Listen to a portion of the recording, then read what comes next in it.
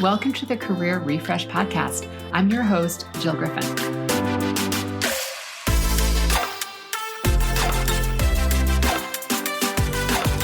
I'm a former media and marketing executive turned career strategist and executive coach. I spent my career working my way up and through the ranks of global organizations and startups, and today I show others how to do the same.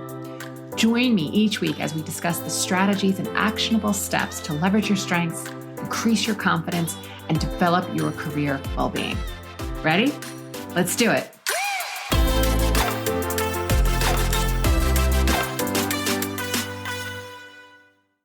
Hey friends, welcome back to the podcast.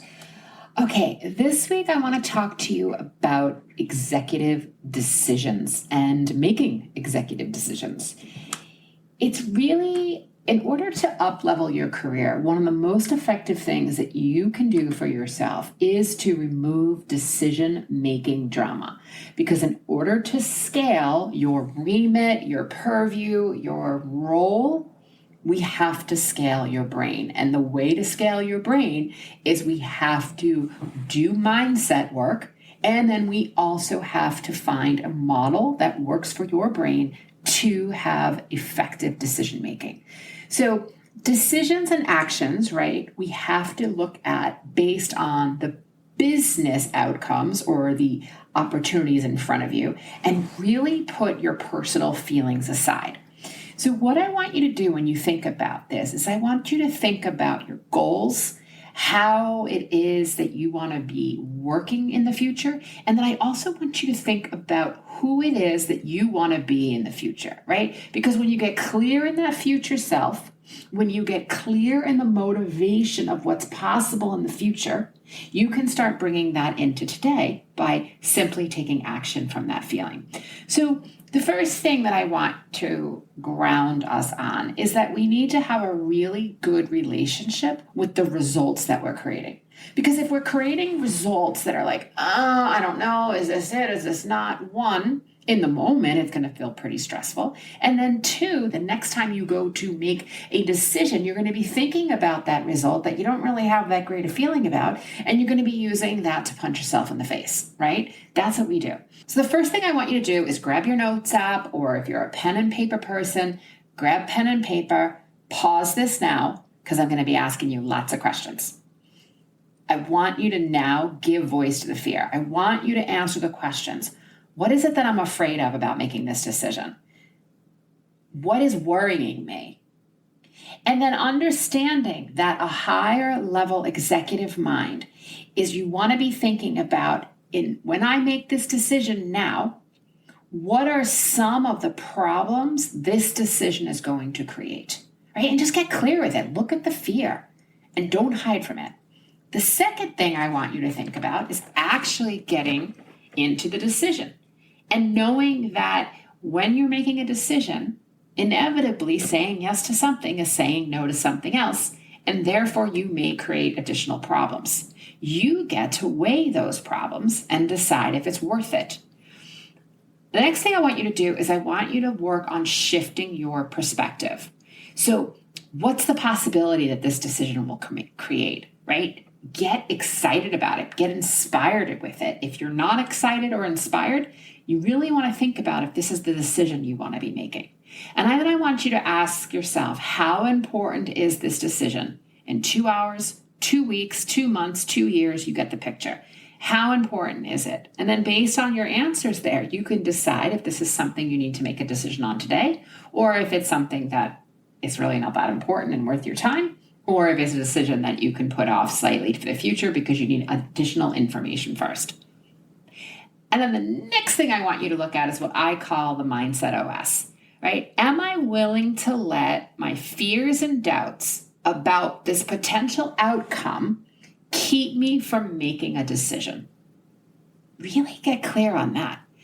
Another way to look at it is it worth more time to be in the decision spin, or is it worth your time? Is it a better use of your time to actually test the decision and sort of get it into market, so to speak?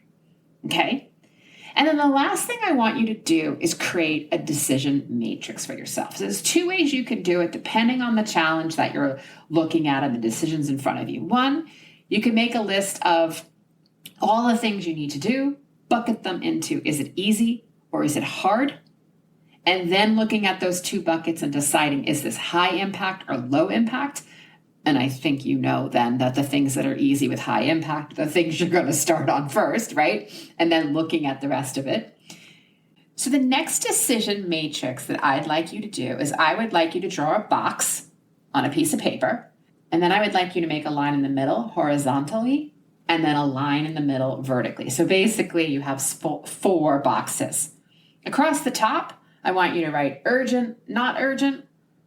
Along the left-hand side, I want you to write important and not important.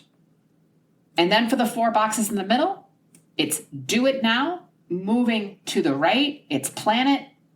And then the second tier is delegate it or drop it. I'll also drop a picture of this in social media so you can know what I'm talking about. And then this decision matrix becomes really easy because it's understanding if something is urgent or not urgent, if it's important or not important. And then based on those answers, you're either doing it, planning it, delegating it, or dropping it. So this is what I have found to be super easy, clear, straightforward.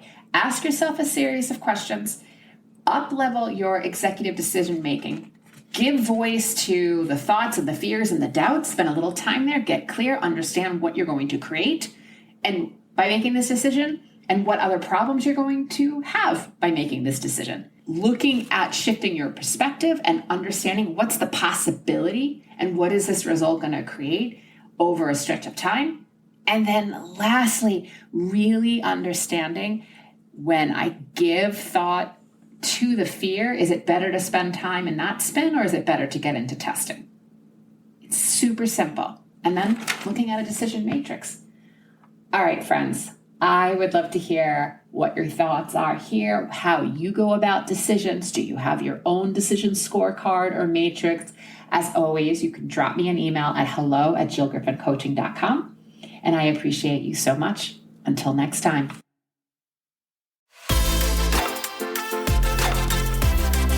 Hey, thanks for listening to the Career Refresh Podcast. If you're enjoying this and you want more information, go to my website, jillgriffincoaching.com. There you can find information on how to work with me one-on-one or my group programs, or even bring me into your workplace. I'll put the link to my website in the show notes. But hey, listen, before you go, do me a favor, rate and review this podcast because it definitely helps me get the word out to people everywhere so that they can also thrive in the workplace. All right, friends, I appreciate you. I'll see you soon.